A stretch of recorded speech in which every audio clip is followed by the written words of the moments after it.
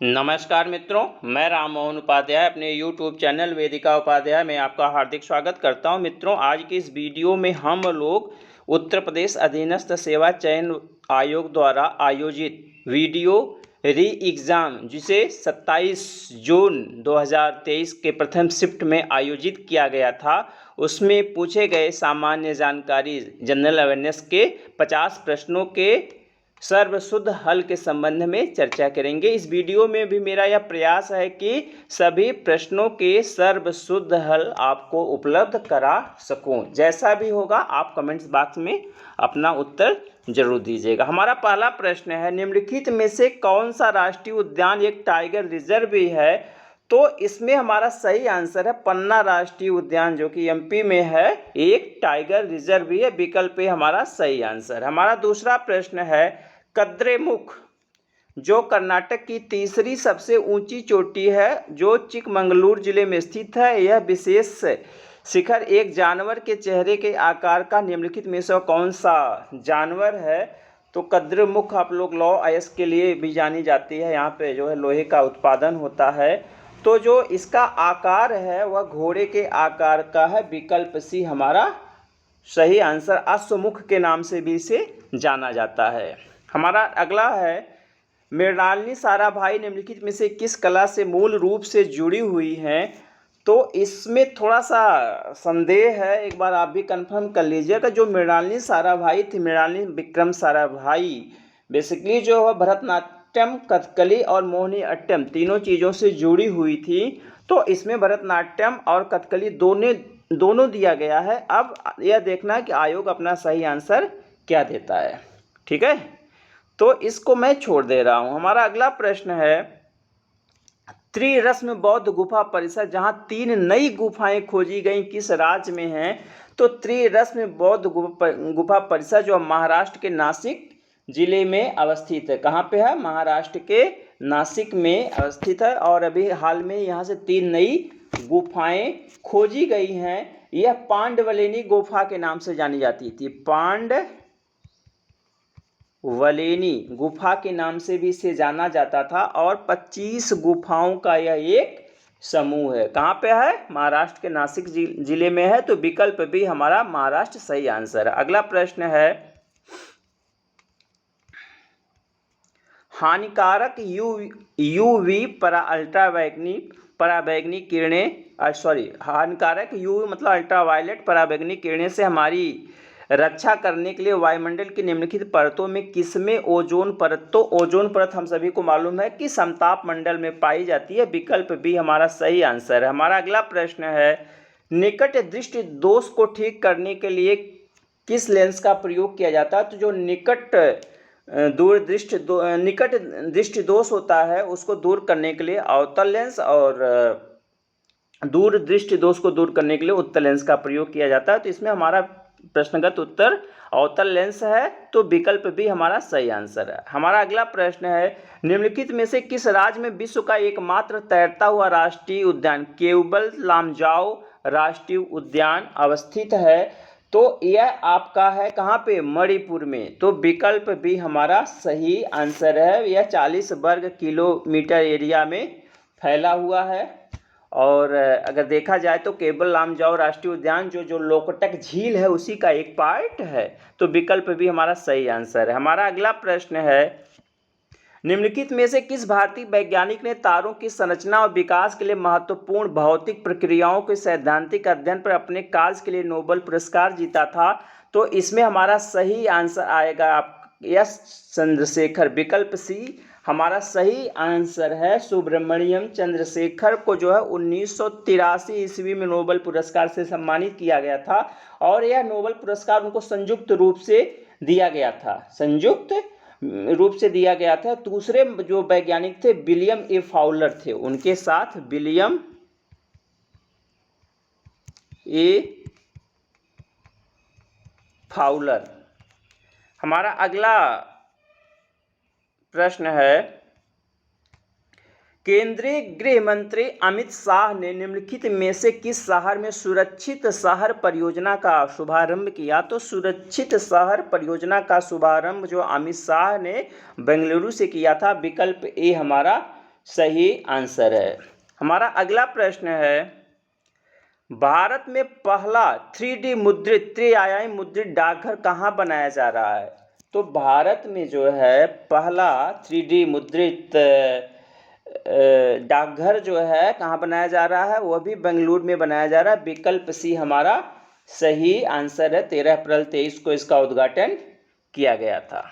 हमारा अगला प्रश्न है, ज्योति तीव्रता को एक इकाई में व्यक्त किया जाता है जिसका नाम है कैडेला। विकल्प बी हमारा सही आंसर है। हमारा अगला प्रश्न है, निम्नलिखित में से किसका जलीय घोल आंखों के लिए कमजोर प्रतिरोधी एंटीसेप्टिक कमजोर प्रतिरोधी एंटीसेप्टिक के रूप में प्रयोग किया जाता है? तो यह बोरिक एसिड होता है। विकल्प सी हमारा सही आंसर है। हमारा अगला प्रश्न है, निम्नलिखित में से किस देश में हिंसा के बीच 10 लाख से अधिक पोलियो टीके नष्ट कर दिए गए थे? तो आपका सूडान। विकल्प डी हमारा सही आंसर। सूडान में जो है 10 लाख से अधिक पोलियो टीके जो है हिंसा के बीच में नष्ट कर दिए गए थे। ठीक है, तो विकल्प डी हमारा सही आंसर। हमारा अगला प्रश्न है, निम्नलिखित में से किस बंदरगाह ने हाल ही में बंदरगाह, नौवहन और जलमार्ग मंत्रालय द्वारा उच्चतम कार्गो को संभालने के लिए वर्ष 2022-23 के लिए सर्वश्रेष्ठ पूर्ण प्रदर्शन पुरस्कार के लिए सागर श्रेष्ठ सम्मान पुरस्कार? तो सागर श्रेष्ठ पुरस्कार जो है कोचीन बंदरगाह प्राधिकरण को प्राप्त हुआ। विकल्प डी हमारा सही आंसर है। कोचीन पोर्ट अथॉरिटी को यह पुरस्कार प्रदान किया गया है।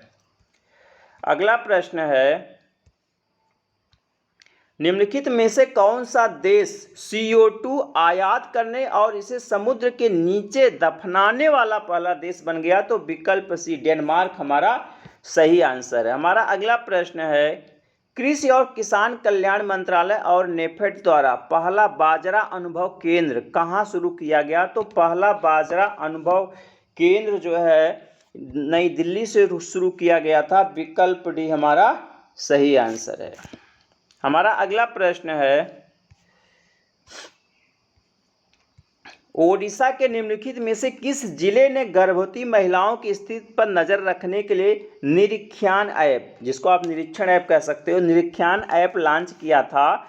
तो निरीक्षण ऐप जो है गंजाम जिले में जो है लॉन्च किया गया। विकल्प हमारा सही आंसर। हमारा अगला प्रश्न है, हाल ही में रमन मैग्सेसे पुरस्कार अवार्ड फाउंडेशन के सदस्यों ने व्यक्तिगत रूप से 64 साल के इंतजार के बाद निम्नलिखित में से किस अंतर्राष्ट्रीय व्यक्तित्व को 1959 का रमन मैग्सेसे पुरस्कार प्रदान किया है? तो यह जो तिब्बती धर्मगुरु दलाई लामा हैं।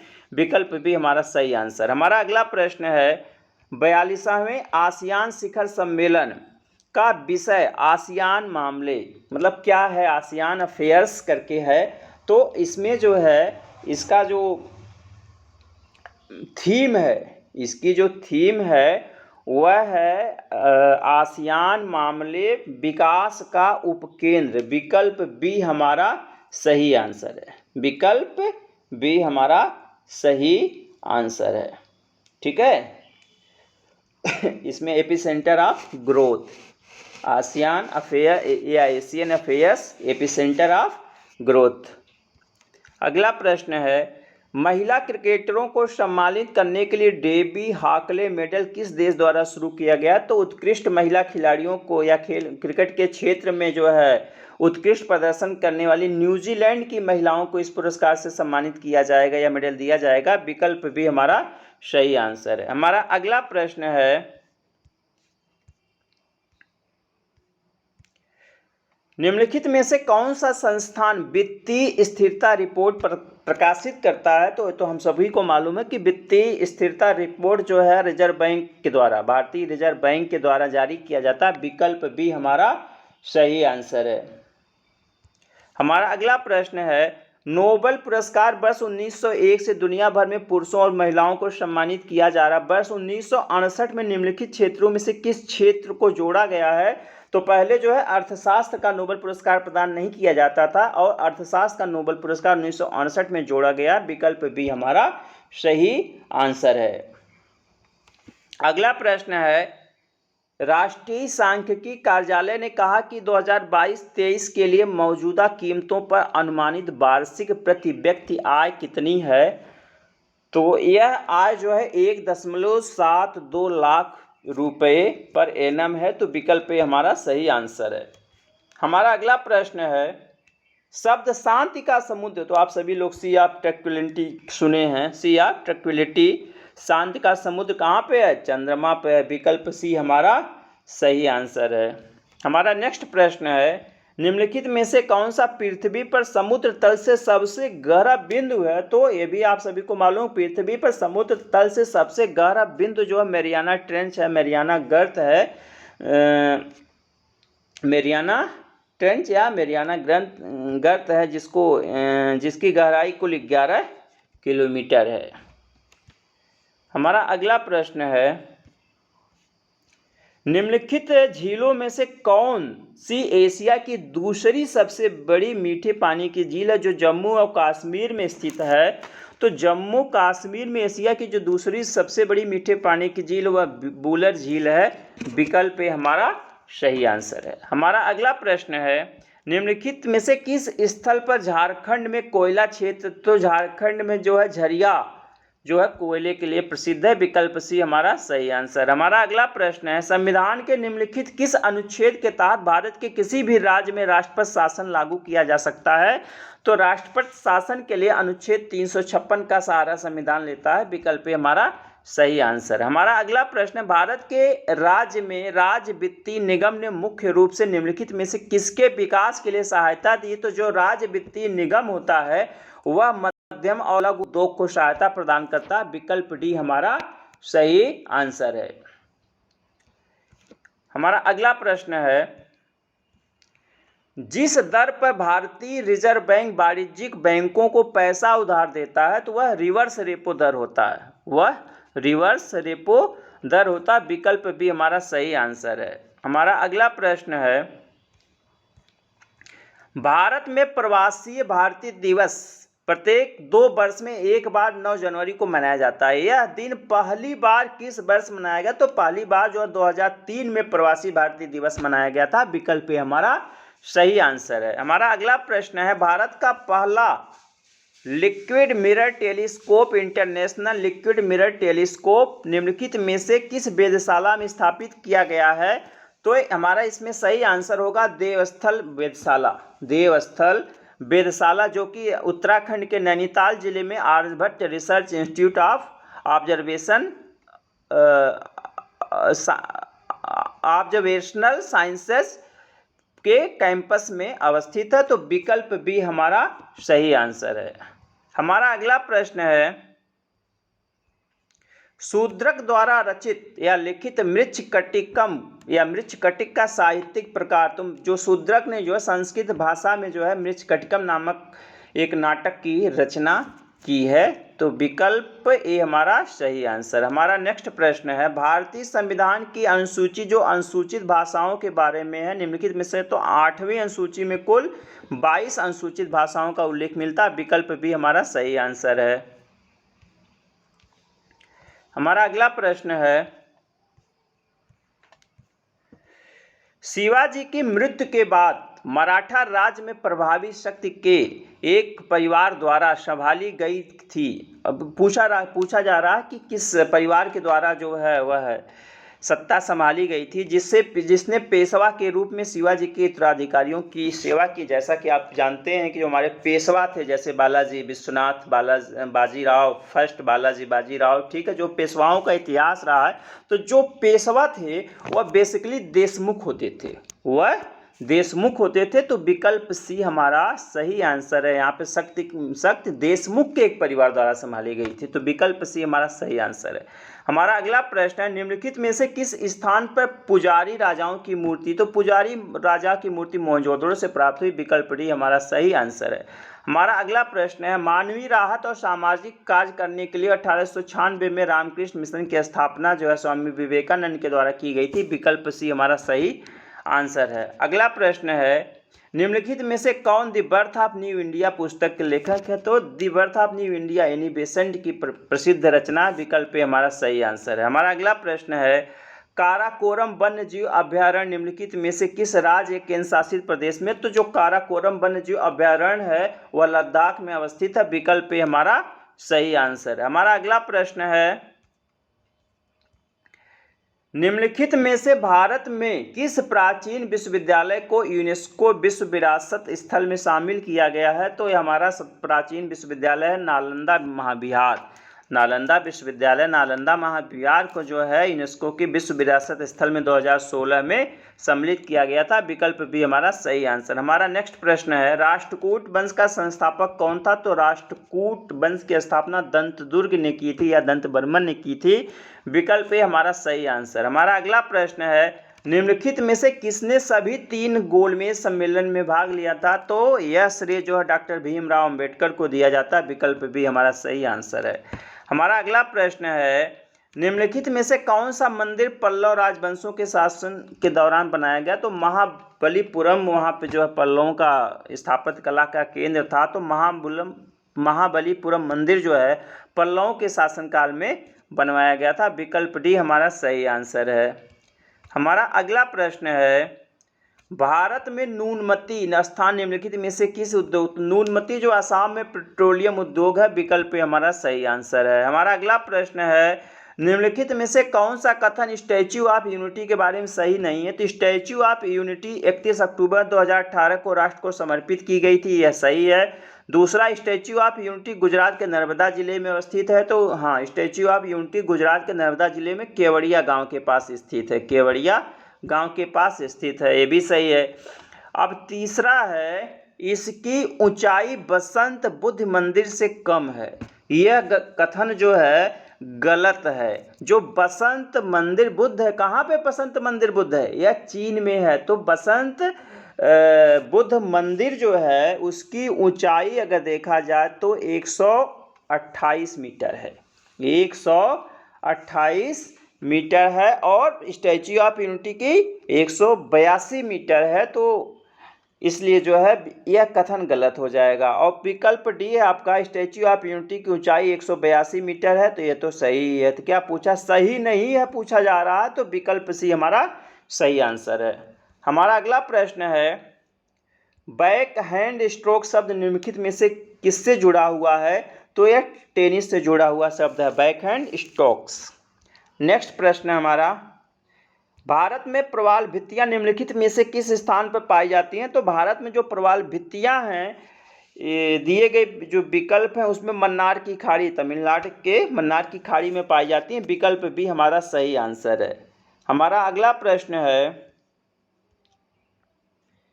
निम्नलिखित में से कौन सा कथन बृहस्पति ग्रह के बारे में सही है? तो बृहस्पति के विषय में है कि यह एक ऐसा ग्रह जिसमें कोई गैस नहीं है, गलत है। बृहस्पति में जो है गैस पाई जाती है और 88 से 92%, 88 से 92% यहाँ पर क्या पाया जाता है? हाइड्रोजन पाया जाता है, हाइड्रोजन। शेष जो है यहाँ पे हीलियम गैस पाई जाती है। तो पहला कथन गलत हो गया, कोई गैस नहीं है, हाइड्रोजन और हीलियम गैस यहाँ पे पाई जाती है। दूसरा कथन है आपका, बृहस्पति सौरमंडल का दूसरा सबसे बड़ा ग्रह है। तो सौरमंडल का सबसे बड़ा ग्रह कौन सा है?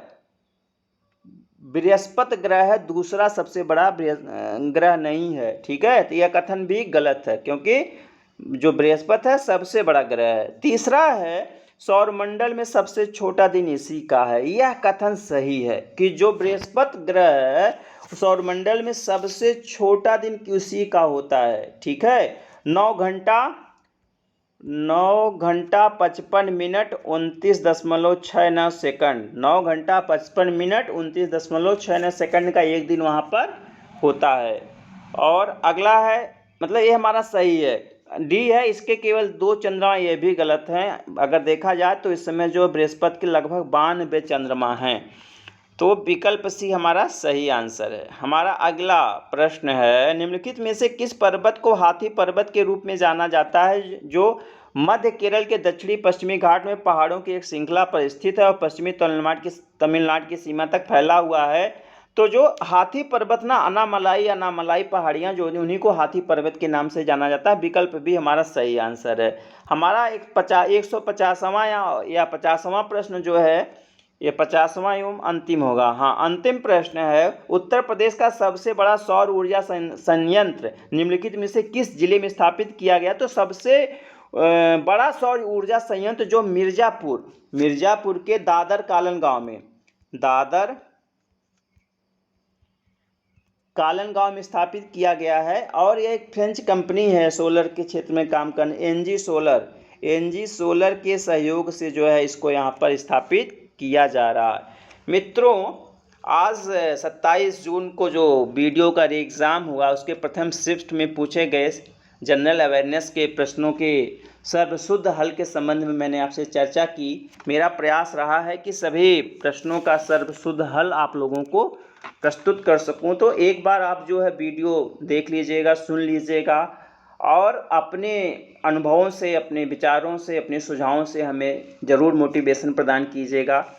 आप सभी को वीडियो को पूरा देखने सुनने के लिए बहुत बहुत धन्यवाद। नमस्कार।